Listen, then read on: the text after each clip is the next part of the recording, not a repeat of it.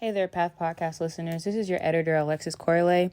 This week we had some difficulties with our microphone, so we had to use our computer mics, which catches a lot of background noises that you usually wouldn't hear. We apologize for this inconvenience, and thank you for still tuning into the Path Podcast episode by episode. We hope that you still enjoy this episode nonetheless, and know that we will be back on the ball with great audio next episode. Thanks again. Welcome to the Path Podcast, where we will travel the lives of some bold women, from dreams to detours to destiny. She did not choose this path chose her. This is the Path Podcast. Welcome back, Path listeners, to another episode of the Path Podcast with your sister, Arlene, your motivator, your confidence builder, the one who believes that purpose is bigger than obstacles. Today, Path listeners, we have a very special guest. This episode, I must admit, can go into many directions.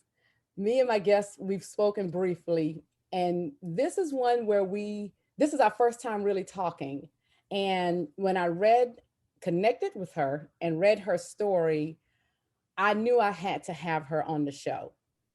Unlike other times, I'm not going to waste a whole lot of time trying to tell you what the show is going to be about. But I'm going to invite her in.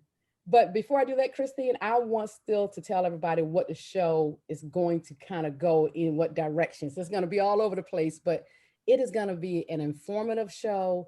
It's going to be a show maybe where we may have some hard conversations about some things. But it's going to be a power-packed show to show how some people's lives can change after challenges, obstacles, and different things that we find out later on in life.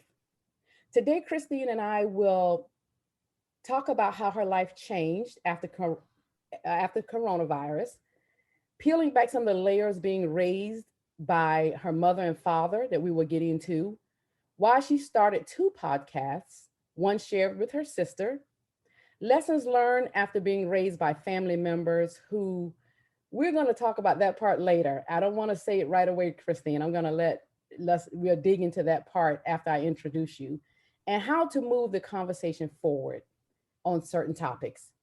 Today, I want to invite my guest in, Christine Zethraus.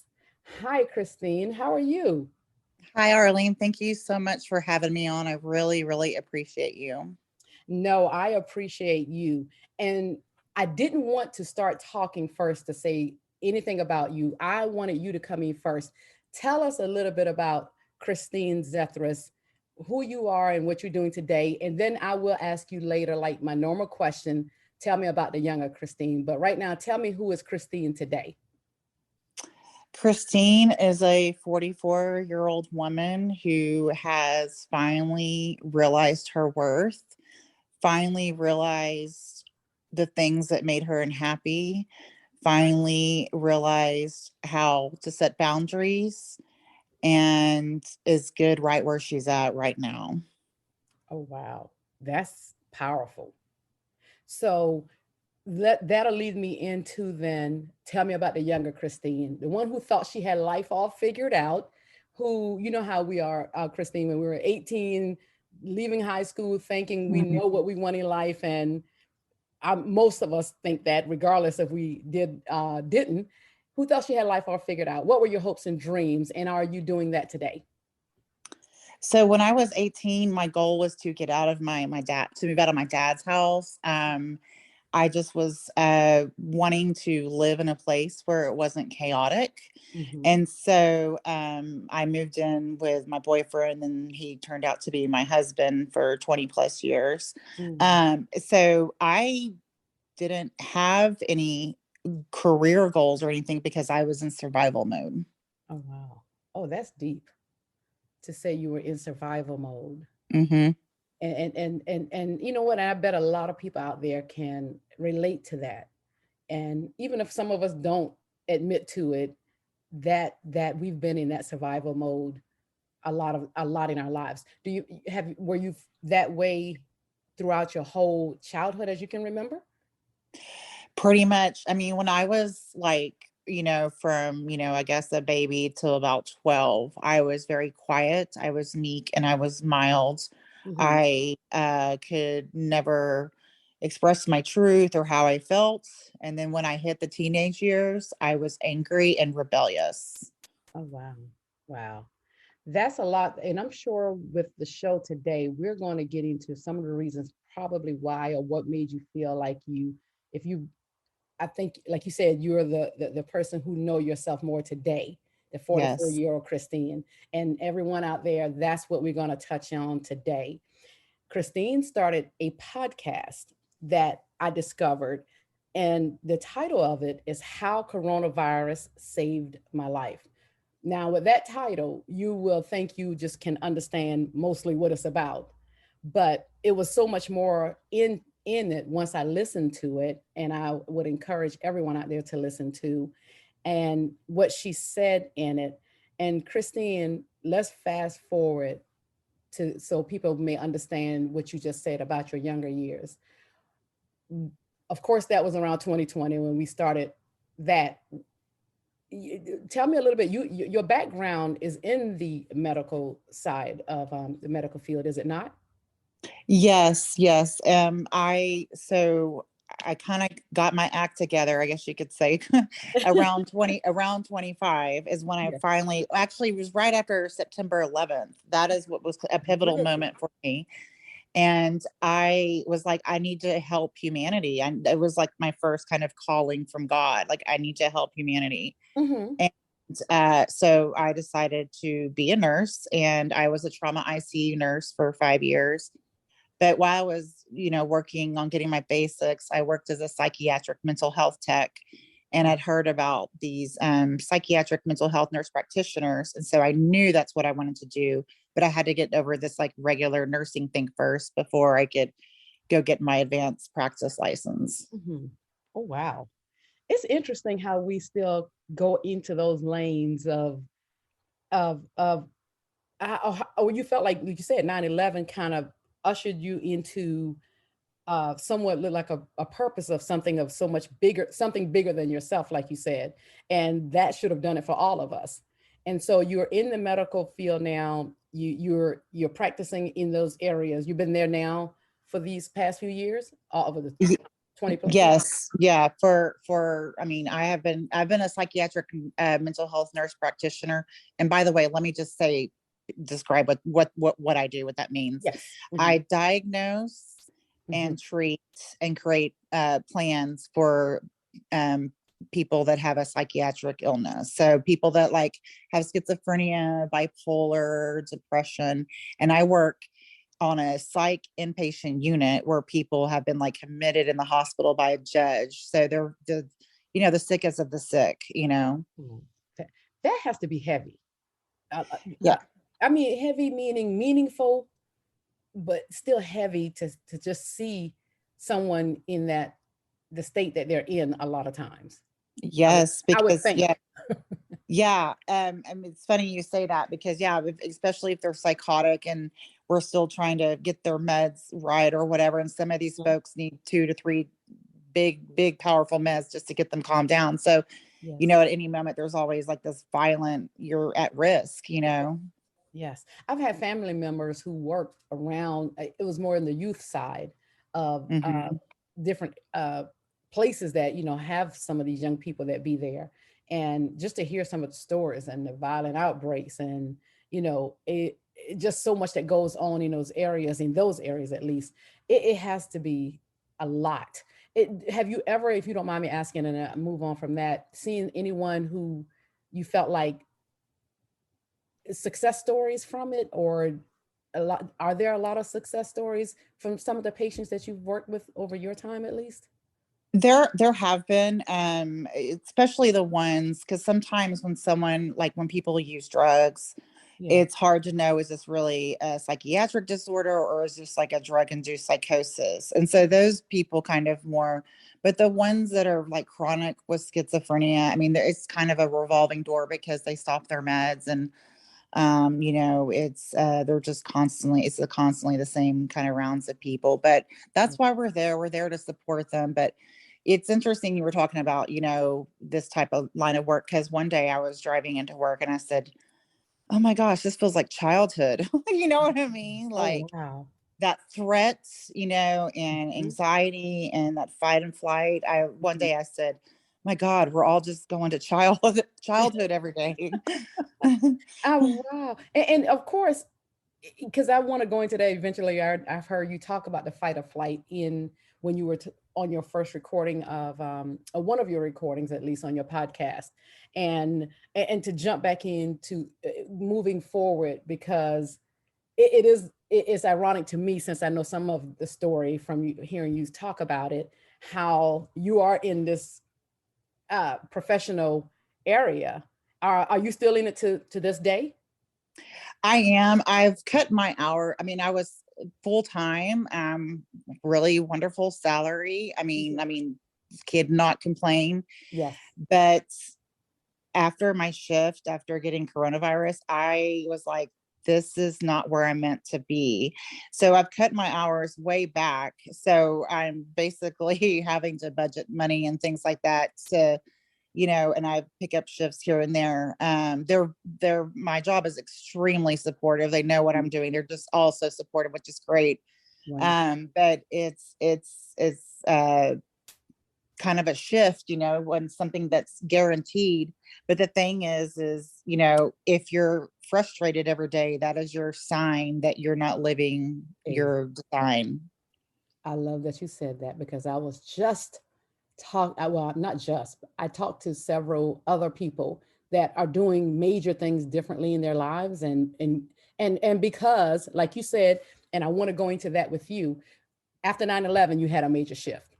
Of course, Hmm. there could have been other majors, but right now, after we're going to lead into you getting COVID and being in the area you're in, you made a major shift seem like right after that. And I've been talking to a lot of people who are wanting to do that and have done it because of the shift where you see something major like this happens and things don't look the same. It if people don't look to change in some ways after something major like what's happening in 2020, I don't know what everybody has their reckoning with, moving into different areas of their lives or moving forward.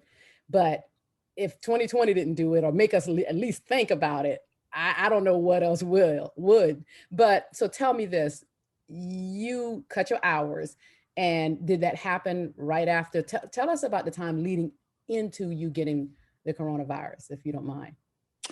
So I love the people I work with. But I was frustrated all the time, and I just thought that was just who I was. Yes. I just thought that's who I am. I would come home and just be unhappy. Looking back, I realized I was pretty lonely. I was married, and Mm. I looking back now, I can see I was lonely in my marriage. He was basically living on the other side of the house for 2 years. We didn't talk, and there was no communication. He shut down. So Mhm. all of this was going on while working at a job where I'm in fight or flight, and frustrated. And I'm just thinking, I'm not even thinking, I'm just in the motion, I'm not Yes. even having awareness, at this Yes. point.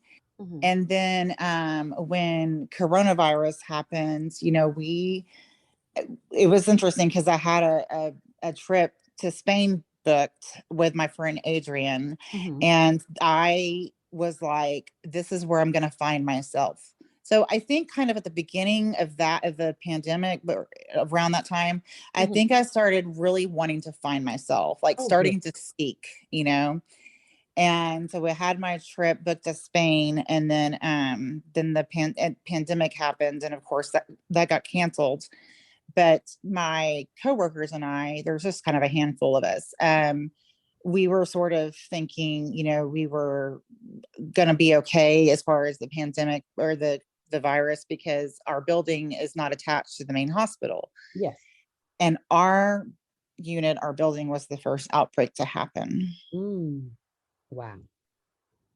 That's Yes. crazy for that to happen, like you said, and even I heard in one of your episodes, you all were, very cautious, after everything I guess was coming out, making sure you wipe things down and just you Yeah. were just very cautious and just making sure you tried to do things what you felt like were the right way. And for Yeah. your building to be the first one, that was shocking, I'm sure, to all of you being a smaller area. Yes, and because we could control. I mean, we stopped Yeah. having visitors, families visit. We wouldn't have housekeeping, clean our office. We did it ourselves. But Mhm. looking back, when I look back at it now, we were so scared we were going to get it. That's why we got it. Oh, that's an interesting observation about it. Yeah. Sometimes it just, and you have to be to think about it that way. I can see why you would say that. I can see why. Hmm. So let's go into, so you were, was it one person and it was a trickle to everyone else? Did you know you had it at the time? And So I didn't know I had it at the time. I mean, looking back again, it's like you look back. I mean, we all had it for several weeks before we had it, if that yeah, makes because it sense. was so new. Yeah.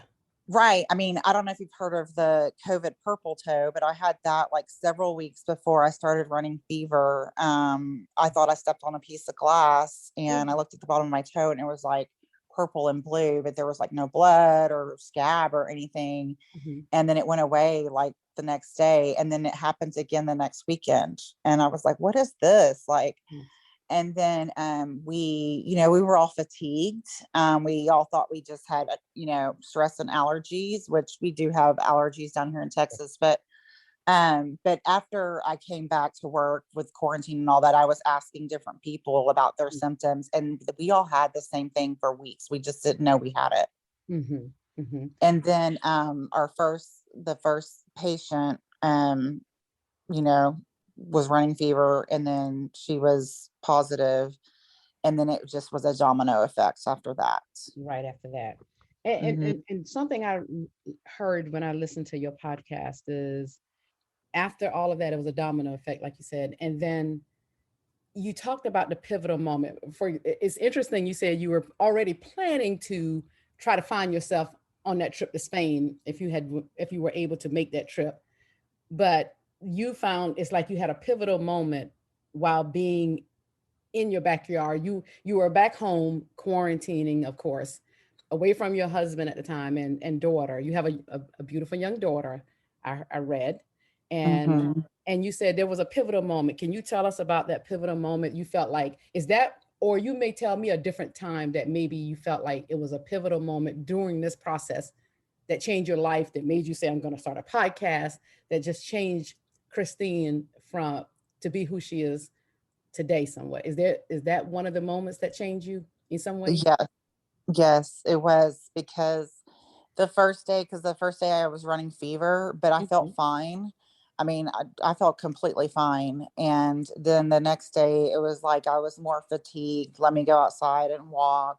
Uh-huh. And then the third day, more fatigue was worse. Let me go outside and walk. And I tried to I was exercising, and literally my friend was texting me. She was like, "You're my hero." Because it was all the beginning in April of Yeah, 2020. Nobody knew what was going on. of course. And then 5 minutes later, I couldn't breathe. Wow. And I was short of breath.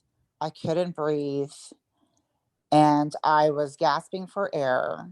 Mm-hmm. And I go, "Oh my God, I have to go to the hospital." Mm-hmm. And I stopped, and my brain was like, "You need to call 911 or you're going to die." Mm. And then I stopped and paused again. And my gut said, "If you call 911, you're going to die because you're going to believe it."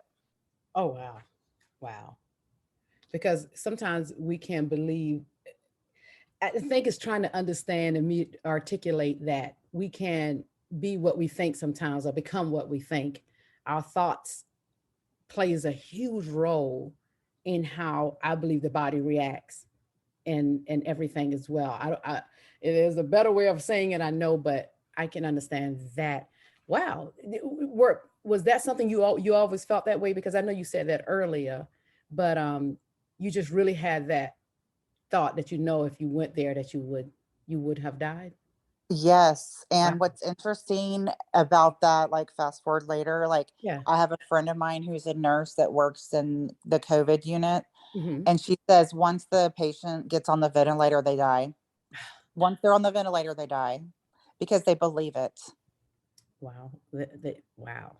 Because that's the one thing I do believe, where the mind, we know the mind is a powerful, the brain is a powerful tool. We Mm-hmm. definitely know that. And that's why I've said on other podcasts and just in my life in general, I try to be, not saying I'm always that way, I'm human, be a positive thinker.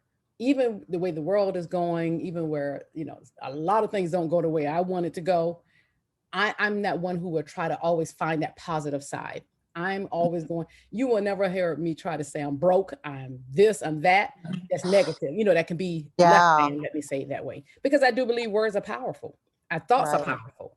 And if we don't change our mind, yes, we can become what we say. Or even I've had friends who said before, and trust me, I am so, let me be careful how when I say this, to make people understand. I don't believe that there's not people out there who feel like they have depression, but I've had maybe a close friend, like you said, we can have those close people we can speak to, and if they said, I'm depressed, and I've always said it this way: be careful saying that, Mm-hmm. because I do believe some people are going through certain types of mental cases. But I said I try to be careful saying those words, because I don't want to put it on myself. I said, so don't Right. put that on yourself, because you may feel this way. Maybe you just feel sad that day. We're human. Yes. It's Yes. a And human that's side. you're speaking my language right now, Arlene, because that's part of the reason why I'm leaving. I'm slowly, my goal is to eventually leave, Yes. because leave as because I'm the same way. Like, Mhm. it's not just a medication, Yes. it's your mind, body, spirits. And also, I mean, I get the whole suicide part, that part, but the thing is with depression, it's like our emotions are just emotions. You can actually, what's crazy is you can change your emotion at any given moment. You Yes. can change your emotion. If I get uncertainty, that's now my cue, like I need to surrender and trust. Hmm. If I get frustrated, that's my cue to pivot from whatever I'm doing. But people, like, especially with anxiety, a lot of people want a medication or alcohol or drugs Exactly. instead of just letting, it's just a feeling. Hmm. Hmm. It's not there to hurt you. Exactly. It's Exactly. actually there to help you. And anxiety is actually there to show you areas in your life that need healing. Mhm. And we have to be intentional about that healing, and intentionally doing the work. If it's talking, and just be intentional is my big Yeah. word. I've always said, I think that was my Yeah. word starting in 2019, and I think it still is my Yeah. word to this day almost. Yeah, yeah, and Yeah. I would say a lot of times people maybe can recognize, maybe not, but a lot of times when we've had trauma, which most I don't know anybody that's not had trauma, but and Yes. trauma comes in different forms. It's not just like Yes. molestation and things like that. It's Hmm. emotional abuse, being ignored, neglect, whatever. Yes. But or or parent that's always working. But a lot of times people have their identity associated with that, and how scary, right? Hmm. To not know what your identity is if you start unwinding all that. Yes. That is a mouthful right there, because identity is a problem. I don't want to do my own statistics in the world, but excuse me, identity is a big problem in the world today, I believe. And let me tell you, even when my daughter uh, started out, when I had my baby, of course, it's a little girl. And as women, I always feel like we're that one who really, men can be just as confident, even if they truly are not. They probably don't express it enough, I believe, because Mm-hmm. their makeup. But for my little girl, I told people I had to make sure she knew who she is, even to this day, who she was as a little girl, and try to build that confidence in her. And don't get me wrong, as human beings, we still have some insecurities and different things like Mm-hmm. that. But trying to instill in her a strong sense of self. And Mm-hmm. and I grew into this myself. Even those times when you don't feel like you know who you are, and you just have to just talk to yourself back into, no, I am. Arlene. I come from a strong line of strong people who, I stand on their shoulders, and, just still knowing who we are in this world. And when you do that, when someone else, even, I know it's on a bigger scope than just knowing me, even as me as an African American woman, even we'll talk about that later. But it's still just knowing who you are. And then I'm confident, and I can be successful, and I can do this, and I can love, and I can, just do so much more, because it's just knowing your identity, like you said, that is so critical. Yes. So And much. the thing is that people don't realize, so you have the anxiety, Mhm. which is attached to your trauma from childhood. But then there's your identity, it's all connects, right? All connects. But Yes. the thing is, and people get scared of, like you were saying, if this pandemic didn't wake people up, I don't know what is, it's because people are scared. Their foundation is built on this trauma, whatever it is, whatever their programming is. Yeah. And who are they going to be if that's not real, or but the cool part is, because people don't realize, it's like there's this unknown happiness around the mountain. Mm-hmm. Exactly. And how scary. And so some people just stay with the devil they know. Of course. And right. So, but the thing is once you start working through that stuff, you begin to develop trust and confidence within yourself that, oh, I actually feel a little better. Yeah. And then something, oh gosh, oh, and you work through that. Oh, I actually feel a little better. Mm-hmm. And you just start climbing that mountain, and then you're on the other side of it. That is great. And I trust me, I know I want to go into some other things. And before I do that, because I want to touch back on what you said, while that day when you had that pivotal moment that changed your life, and like how you said, you started taking that energy and changed it. You started writing down everything. You were writing down even a lot of the symptoms and feelings that you were having. And then you started looking up. From what I read, you seem like you're a person who do a lot of researching. And of course in your field, I can see why. But Yeah. you started looking at some of your symptoms, and what did you find out from that? Yes. So after I caught my breath and started to feel better, and I was like, okay, it was like, okay. So then I, come in my room, and I was like, okay, Christine, like you were about to die in the backyard, and now all of a sudden you're standing here normal. Yes. Okay, so what is this? So that's where I started, like, what is this? So that's where, like, I flipped into I love science. So I started flipping into my science, research thing, Yes. and listing all the symptoms. And then I was like, this is all because I had such bizarre symptoms. They were very autoimmune like. They were like, you're gonna get a sore throat, but it wasn't a sore throat. It felt like a piece of popcorn on one side at the back of my mouth. Mm. I had no saliva. My Mhm. eyes were very dry. Would have a headache. Numbness and tingling in my hands. I had my face would swell up for 24 hours, and the next day I was like, all the fluid was gone. It Mhm. was so bizarre. And so I just started listing all this stuff, because I know Cushing's is an autoimmune disease, and so I was like, that's what I look like. And so I Mhm. was like, I at first was like, this is like an autoimmune type virus. And Yes. so I started listing that and looking, which led me to our nervous systems. And we have two different nervous systems, the sympathetic and parasympathetic nervous system. Mhm. And the parasympathetic is when I was like, this is part of the parasympathetic, because that's like part of where your saliva and all that stuff.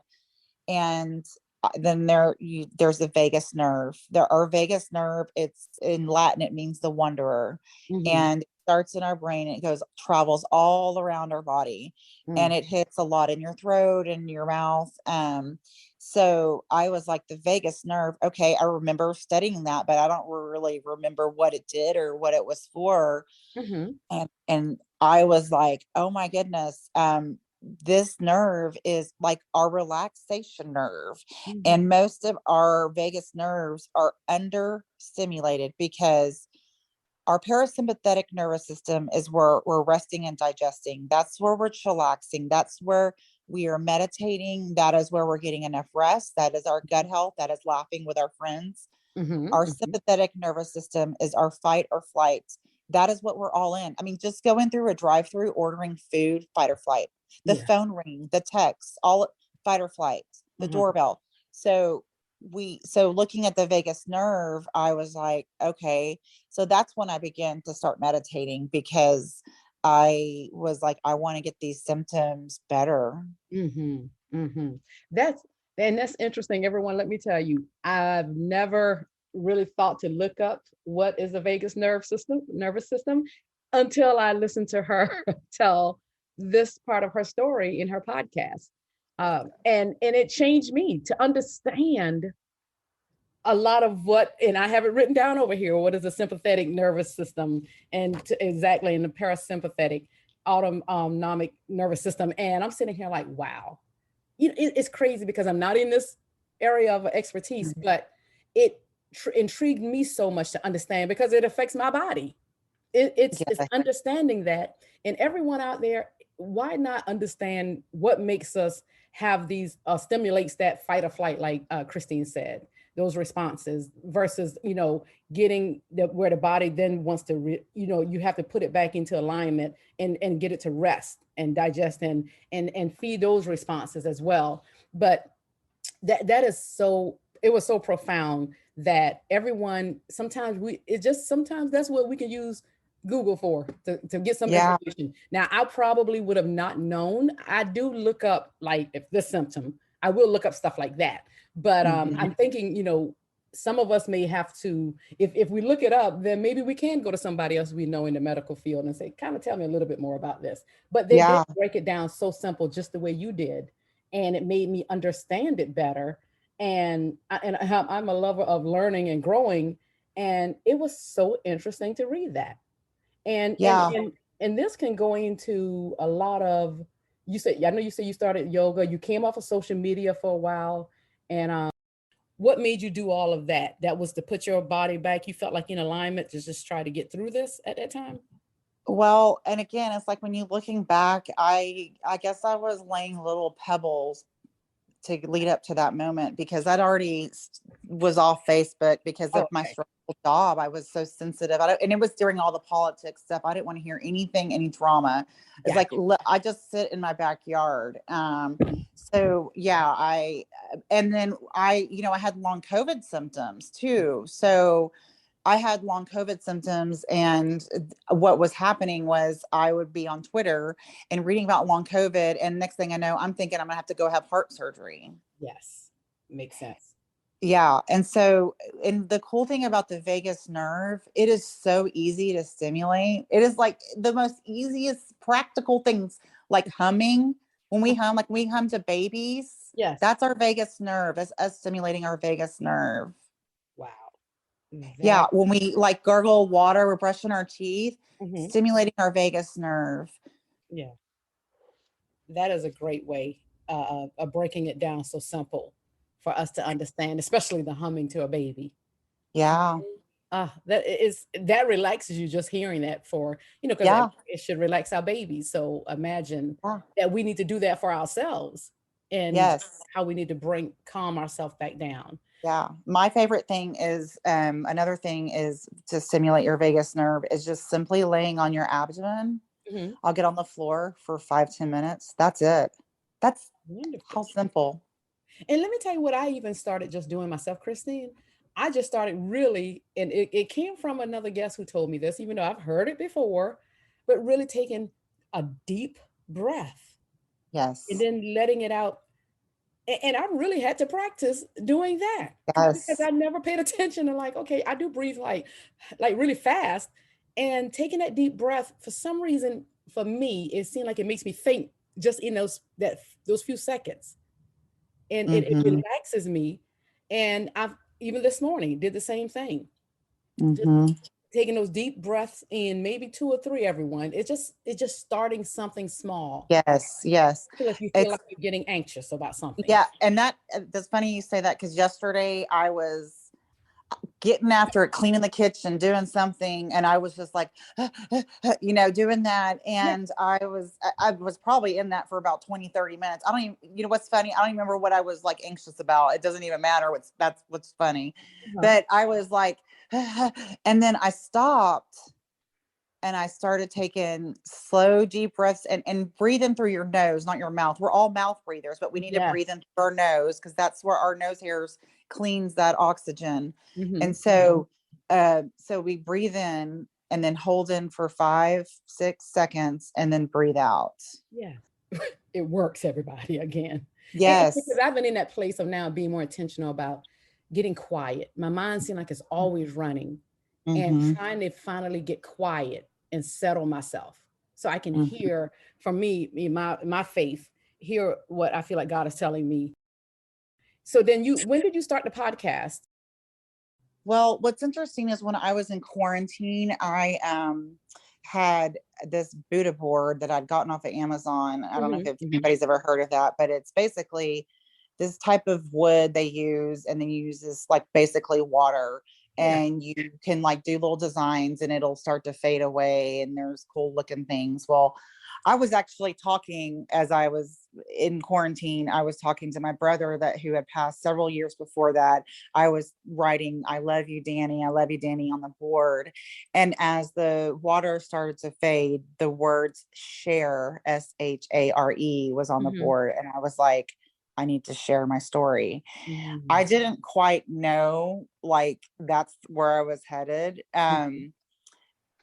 I think, well, what was listening to like Eckhart Tolle. I don't know if you know who that is. He Yes. works very No. closely with Oprah, Yes. and their podcast just really changed my life, and Mm-hmm. like about living in the present moment.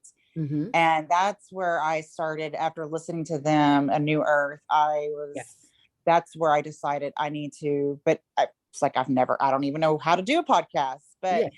my ex-husband had actually bought me a digital recorder, and I Yeah. just kept it with me in the bed. And like one morning I woke up like 4 in the morning and I just grabbed it and I started recording, and I said, this is it. Wow. And let me tell you, some of us, we sit here like we think is so much we have to do and there are some things we have to do to get this started. But, it just like you said, that's the best ones right there to start, just start. And you were in that moment, and it gave your everything, because when I listened to that episode, I can tell you were in your thoughts of everything that was happening. And that's the best time, because it was a way like journaling, but verbally, to me. Mm-hmm. That's part of it to me, because I always tell people, sometimes I write a lot, don't get me wrong, I have a lot of stuff written, but I'm more of a verbal talk person. So I speak a lot of things that I feel more than anything, because I always tell people I have to get it out of me. So Yeah, I, yeah, and that's super healthy. but yes, I understand just getting that recording, and you just started recording and you've never looked back. So tell me this, and I want to move into everyone out there. A part that I deliberately didn't say a lot of what we were going to talk about and give the details of that topic. So I was a little bit general. So you started the podcast. What is it, the basis of that podcast for you and for your guests? So the basis of the podcast is me trying to figure out why I have symptoms from coronavirus that wouldn't go away. Mm-hmm. And then I did this very powerful self meditation where I gave myself every compliment I've ever given any person. Mm. And I just bawled my eyes out. And the next morning, 90% of my symptoms were gone. Wow. And it really made me go, huh. And so then I started looking at my emotions of frustration and unhappiness and loneliness, Mm-hmm. and starting to look at why that was and where did this come from. Mm-hmm. And for a while, I thought it was because I was just in an unhappy marriage. Mm-hmm. And then I discovered it all went back to childhood. Wow. And let me tell you, that is critical right there. If everybody always thinks it's somewhat without knowing or really being intentional about what is happening, some people still will always start with, like you saying, maybe thinking it was the unhappy marriage only. Mm-hmm. And when you dig and keep digging the layers to say, okay, how was this Mm-hmm. for me? So when you say then it stemmed back from your childhood, um, what do you mean by that? Well, my mom and dad were only married for a couple of years. I was raised mainly by my mother, who is narcissistic, Mhm. which I actually recently just figured out that's what it was. But Mm. and then my father, who was in and out of my life. My very first memory of him, which ironically was on Thanksgiving, was of violence. I was at his house. I was about 3 or 4, Mhm. and he was running around like a madman on drugs, probably with no shirt on. He just looked like an animal. And, my mom and my stepdad were knocking on the door trying to he wouldn't let me go basically from the house. Mm. And he said, if you open that door, I'm going to blow your mother's brains out. And I look over and there's a shotgun and a baseball bat next to the door. And so that was my first memory of my father and my first memory of Thanksgiving.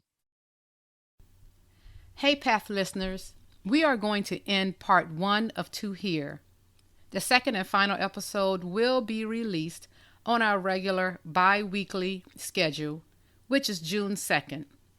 We will pick back up with young Christine standing at the door, her mother on the outside and her father on the inside near her, threatening to blow her mother's brains out if she opened that door. Stay tuned. Please subscribe and share, if you haven't done so already, to learn how this bold woman came to be the woman she is today, how she deconditioned her childhood programming to be the thought-provoking woman you hear today. I won't tell it all because it's not my story to tell. In the meantime, don't wait to check out her podcasts, How Coronavirus Saved My Life podcast, and The Family Burrito that she shares with her sister Jessica. You can find both on all major platforms. Until next time, everyone, thank you for listening.